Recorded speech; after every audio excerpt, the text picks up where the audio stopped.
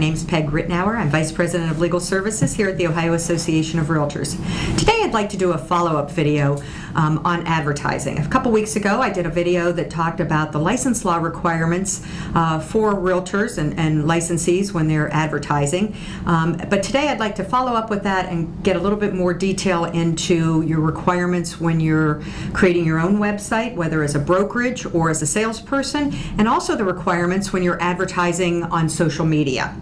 First, let's go back and review what is considered to be advertising. Advertising is going to be any medium through which you are promoting your services as a real estate licensee, and again, that's either as a brokerage or as a salesperson, or any method by which you are promoting properties that are available for sale or for lease, exchange, etc. So anytime you're doing one of those two things, the advertising rules are going to apply.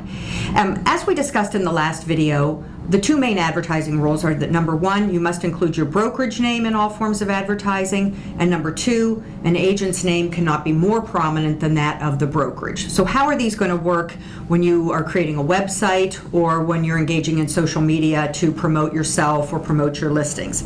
Let's talk first about websites.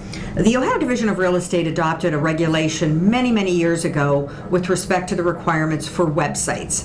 The first requirement is that a website must include the brokerage name on every viewable page. So what's a viewable page?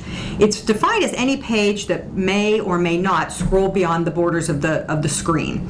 So what that means is that anytime you're going to a page on the website, it has to include the brokerage name. So for example, your home page is going to have to include the brokerage name. And again, this is going to apply whether it's your brokerage site or even your individual site as an agent. The website always has to have the brokerage name on the home page.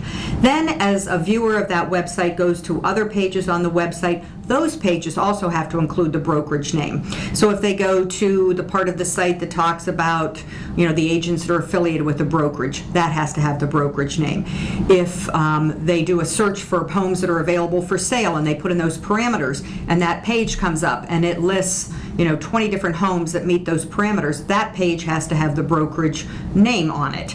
Now, as the viewer goes through those 20 properties that came up, if the brokerage name goes off the screen, that's fine. But anytime they would click on or go to another screen, then that has to include the brokerage name. The only exception to that is going to be links that you might have on your website to other information that someone might find useful. For example, information about the Chamber of Commerce or the school district. Those pages aren't your page as a real estate broker or agent, so those don't have to always have your brokerage name on them.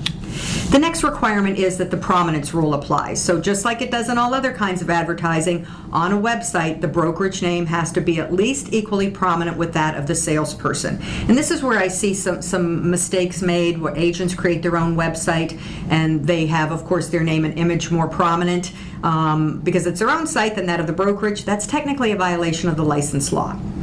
So again, the brokerage name has to be at least as equally prominent as that of the agent, and that would apply on every page of the website. The next provision in these rules regarding websites that's included in the license law deals with updating the information. And it requires that if some of the information is no longer accurate, you've got 14 days to get that corrected. And that's generally going to take place when you have a listing that has expired and you no longer have it listed, or for example, when you have a listing that's sold.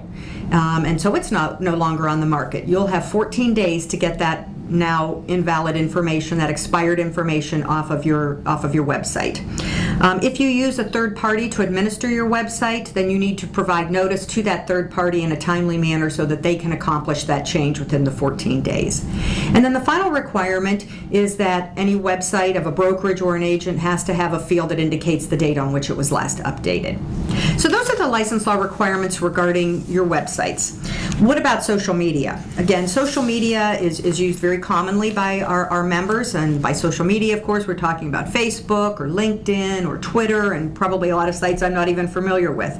But if you're using those sites to promote, again, yourself as a real estate licensee, your services that you can provide, or properties that you may have listed or available for sale, exchange, or lease, you have to meet the advertising requirements of including the brokerage name and in some instances the prominence rule. So how are those going to work?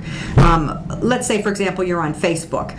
You can, of course, where you indicate who your employer is, you can list your real estate brokerage on there, and I would do that if, again, you're using your Facebook page for advertising purposes.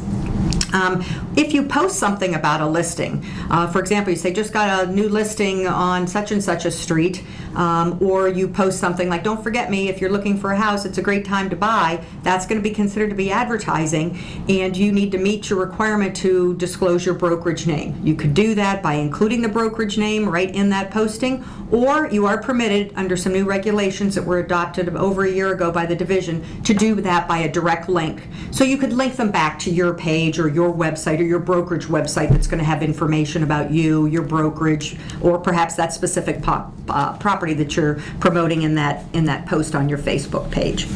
Now, what about the prominence rule? Sometimes you have situations where some of these websites, these social media sites, really control the size and the font of things that are included on that website.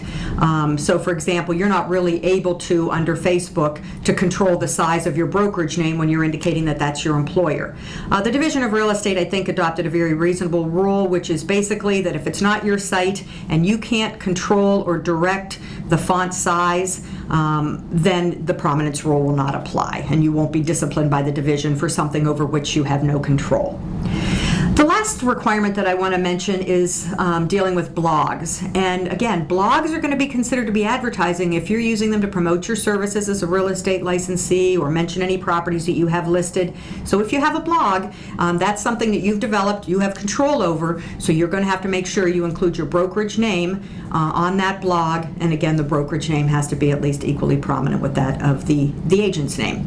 So I hope that's helped you understand how the license law requirements apply when you're creating your own websites or you're engaging in social media to promote your services and your listings. They're all great tools. You just need to make sure that you're complying with the regulations in those areas. Thank you.